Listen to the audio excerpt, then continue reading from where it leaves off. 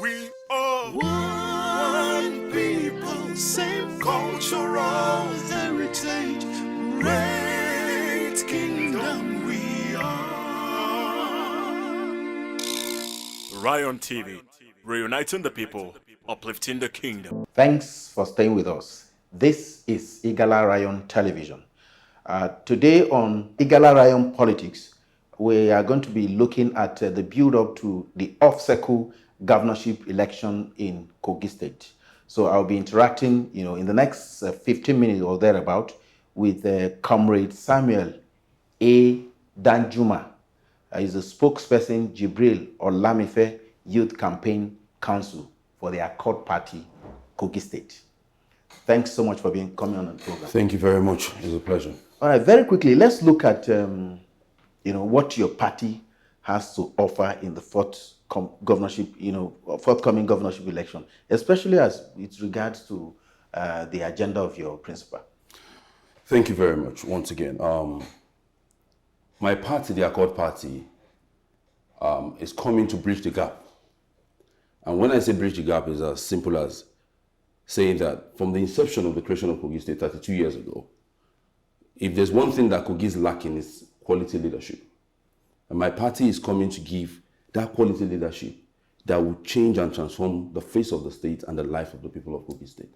When we talk about political party, what readily comes to mind is a documented manifesto, so to say. This and this and these are the cardinal principle of the party.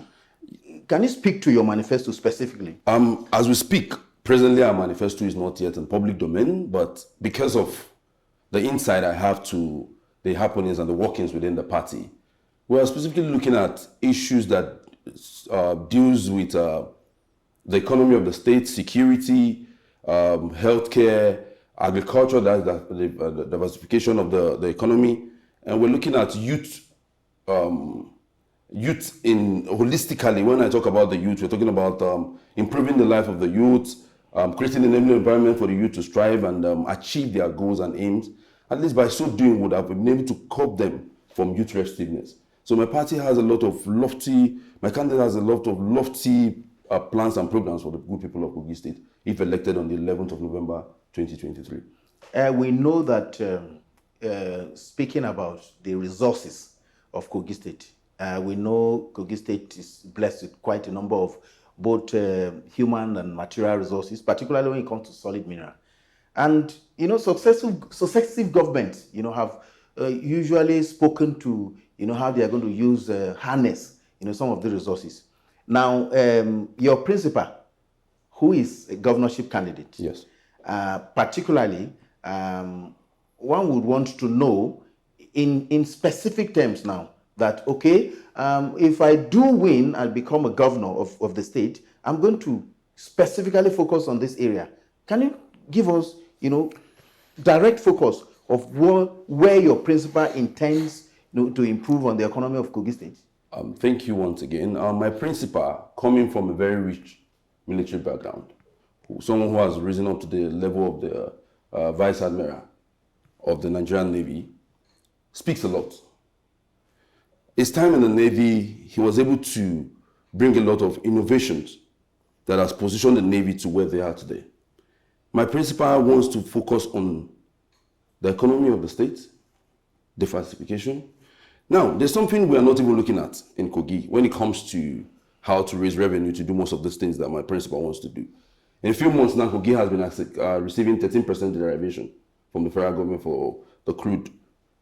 My principal wants to bring in proper accountability of our management of our resources, whereby we create jobs, we build roads, we put our healthcare in order, we build schools, and a lot of things. My principal also has this in his plan. He has what we call, he's going to give the 21 local government 1.1 billion naira, and this is going to be divided into 50 million per local government for the women to boost SMEs in the local government and in the local and the rural area. So my principal has a lot of lofty plans for the state, and in a few days the manifesto will be out for all to read, and by the time we go through, we know that these are things and plans that are applicable and not just political statements. Okay, looking at the spectrum of the candidates that are contesting the governorship election, your principal seem to be somebody who has worked his whole life as a military man, is retired, of course, obviously with a lot of experience. However, one would say, we're trying to do away with people within a specific age bracket, on the basis that that energy, youthful energy that is needed to drive the economy. Does he fall into that circle in your judgment? No. It's high time we stop deceiving ourselves with this. There's a saying in the local palace that you can have a trailer load of new clothes, but you cannot have a trailer load of rags. And what am I saying indirectly is that you just said it here that when it comes to experience, you give it to my principal. When it comes to he has a military background, so the security of the state is something that we all know he's going to tackle head-on when he becomes governor. And with all this experience, I think out of all the contestants in Kogi State presently, there's nobody I could say will equal to my principal. And it's simple. His works are there to show what he has done in the military. He rose from the ranks, all through the ranks, to the highest position in Nigerian Navy, and he did excellently well. So giving him Kogi is as good as letting him do what he knows how to do best. And I'm very, very sure, and I can say it with my chest that he was going to make Kogi proud at the end of the day. People watching us would say, for instance, that are you sure of what you're saying, given a military background? Yes. We're talking democracy here. Mm-hmm. And of course, you know how regimentary the life of the military. I need you to understand where I'm going. Okay. Now, we have had instances where, military men, tend towards that, chain of command attitude to governance. Since the return of democracy in 1999, I think the best president we've had in this country till date, the present administration is just 3 months down the line. So the best president we have to date is Olusegun Obasanjo. You are saying that? But he is. He is. At least it brought about a lot of reform. They were able to cancel debts. Nigeria is better for it. We know what our reserve were before they came in. We know what the country economy was before the Obasanjo administration and all that. And we saw how they were able to handle things and put Nigeria back on the track of the world map. And certainly with my principal coming from, my principal, yes, all his life has been of the military, from the military background, but he's someone who believes in democracy, who believes in the rule of law, who believes in doing things the right way. And that he's coming from a military background doesn't mean he's going to be doing, going by the military command and the chain of command. No. He's a proper and a full democratic person. Okay, I'll take you back to Kogi State now. Okay. Looking at the build up to the election in November, we see a lot of ethnic canvassing. We see a lot of red signs of violence, and we also see that candidates. I've listened to all the candidates, and what you get is tribalism, ethnicity, sectional politics, and so on and so forth. I've not really heard anybody speak particularly on how to better the life of Kogi people, how to better, the economy of Kogi State, and so on and so forth. Is your principal an exception in this regard? Yes, my principal is. I don't think you have seen anywhere off and on camera where my principal has talked about ethnicity in this forthcoming election. My principal is more concerned about the welfare and the betterment of the people of Kogi State. I say this with all sense of sincerity. After studying my principal's rich resume, even if he wasn't an Igala man, I would have given him my support. So when it comes to our court party, we are not doing our elections based on ethnicity, religion, or sentiment. No, we are going for the best. At this time of our state life, what we want is the best. After 7.5 years of a disastrous outing of the present administration, we don't need to play. We don't need to do try and error. We don't need to do experiments. We need to give it to somebody who from the first day in office knows what to do and knows where to tackle and knows how to put the state back on track. And there's no other person than Rear Admiral, Vice Admiral Jibrin, retired. Okay. The issue with, the Kogi State, economy, particularly if I look at decay in infrastructure, We also see the issue with, development at the grassroots level. A lot of people, we have a lot of resources. Ibaji, for instance, has, a lot of agricultural produce. We are lucky to have oil, coming from there now. But we can hardly say that the kind of infrastructure that is needed to be able to access, some of this, agricultural produce, and so on and so forth, is actually not there. And this is largely because Kogi State does not earn as much as, some of the southern states like Delta and so on and so forth. How do we begin to look for alternative sources of generating revenue? What is your principal going to do in this regard? Thank you very much. You talked about Kogi not earning like the Niger Delta states and the rest of them. Let me take you a little bit back memory lane. We could remember what late Nuha Abakar was, former governor of Kogi State, was getting from the Federation account. And we have a lot of projects to show for it. I don't think what Kogi lacks is resources. What Kogi lacks is effective management of the resources in the state government.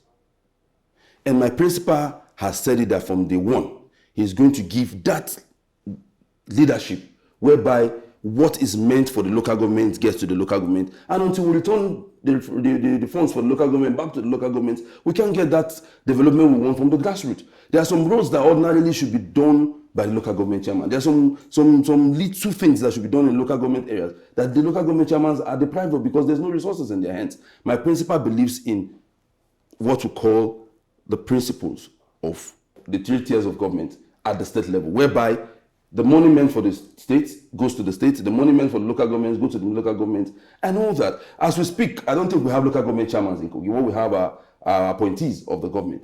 He's going to make sure that all these are put in place, whereby the funds gets to them, the thing gives them proper monitoring and proper supervision, and Kogi State will be better for it at the end of it all.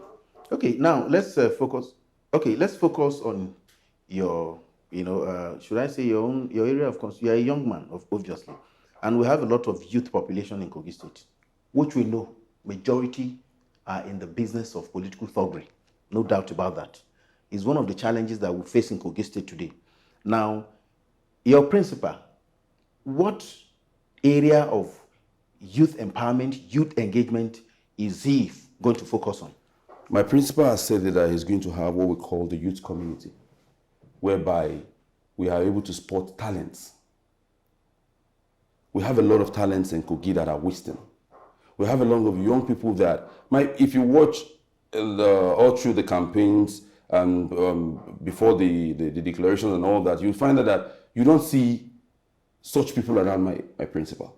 My principal believes in quality young people walking around. He believes that we have potentials, and those potentials will be enhanced for the betterment of Kogi State. My principal believes in job creation, and he's going to create jobs for the people of Kogi State, because when they are engaged, there won't be any youth available for youth restiveness. My principal is going to come up with incentives and policies that are going to better the lives of the youth, create an enabling environment for the youth, that you strive in whatever you do. You're a carpenter, you're an architect, you're a doctor, you're a tailor, whatever you find your hand doing. My principal is going to create that environment for you so that you'll be able to strive, and so doing, you'll shun crime and criminality in the society. So my principal believes, that's why you see young people like me campaigning and canvassing for him, because I've been able to have a preview into his plans and policies for the people of the state. And I see it's a very rich one that will better the lives of the young people of Kogi State. There's no gain we going into thuggery. There's no gain we going into violence and all that when we have better things to do. And my principal is going to create that environment, that inclusiveness. He's going to give the youth a sense of belonging in his government, even up to his appointment and the rest of them. And the youths are going to be happy for it. So my principal believes in the youth, and the youths are going to have a very prominent role to play in the administration of His Excellency when he gets in. Before we round up very quickly, let me take you to the principle of inclusion, political inclusion, and sometimes people tend to neglect this part of politics, which is the women. I always like to speak that for purpose of gender empowerment and so on and so forth. How does your principal intend to improve on the position of women, particularly rural women, and how do we begin to bring them into the mainstream, architecture of politics? I remember in the course of this program, I talked about him setting out a certain amount of funds for the women. And also my principal believes in the 35% affirmative action for women. And my principal has plans, lofty plans for the women also, that will better their lives. Also, like I said in his appointment, women will be given a very good proportion of his political appointment when he gets into government. He believes in the women, he believes in the power of the women, and it is said that when you empower the woman, you empower the nation. All right, thank you so much, Comrade Samuel A. Danjuma, for coming on the program. Thank you very much. We hope that your principal eventually, triumphs in the election, and I wish you the best of luck. Thank you so much for coming on. Thank you very much. Thanks so much for staying with us, and that's all we have for you today on Igala Ryan Politics. I'll be with you again, God's willing, next edition with another interesting guest. Bye-bye. We are one people, same cultural heritage, great kingdom we are. Ryan TV, reuniting the people, uplifting the kingdom.